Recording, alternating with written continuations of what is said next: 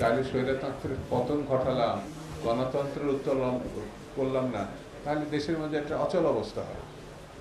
এই দেশে তাহলে পুঁজি বিনিয়োগ করার জন্য দেশি বিদেশি শিল্প উদ্যোক্তারা আসবে না।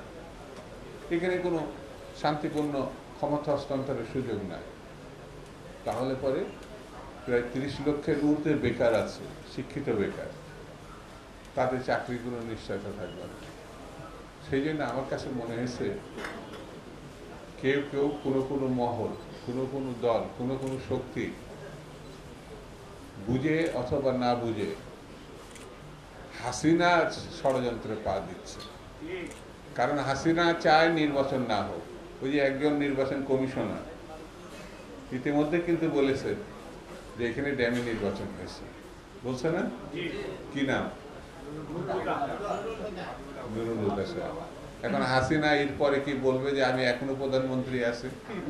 প্রথম দিকে মাঝে মাঝে বলতো না আমি পদত্যাগ করিনি, আমার পদত্যাগের কাগজ দেখাতেই পারে। পদত্যাগের কাগজ কি দরকার? তুই তো বাবা বেটি পালাইছিস, এমন পালাইছে, লজ্জায় মানুষের সামনে বলা, মানে আমি চিন্তা করতে পারি না। এদের লজ্জা শরম বলে কিছু নাই। গত 50 না 100 বছরের মধ্যে এইরকম ভাবে কোনো পলাতক ব্যক্তি বাংলাদেশে না পৃথিবীর আর কোনো জায়গায় দেখা যাবে না। শেখ হাসিনা যেটা করছে,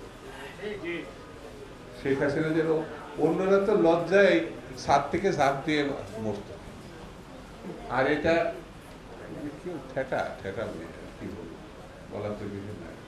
সেই জন্য আমার মনে হয় চারিদিকে এক ধরনের ষড়যন্ত্র আছে, চারিধারে এক ধরনের ষড়যন্ত্র আছে। সেই জন্য আমাদের নেত্রী, দেশ নেত্রী বলেছে যে কোনো শর্তে যে কোনো ভাবে জাতীয় ঐক্য বজায় রাখতে হবে। এই গণ অভ্যুত্থানের স্পিরিটটা ধারণ করতে হবে।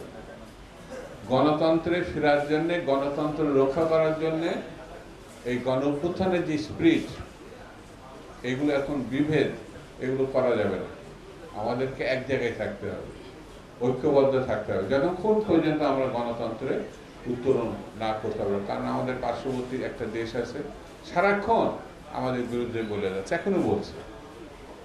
আমাদের সব থেকে কুলাঙ্গার প্রধানমন্ত্রী, তথাকথিত প্রধানমন্ত্রী কুলাঙ্গার, এত টাকা চুরি বোধহয় বিশ্বের কোনো জায়গায় কোনো পরিবার, কোনো সরকার প্রধান করে না।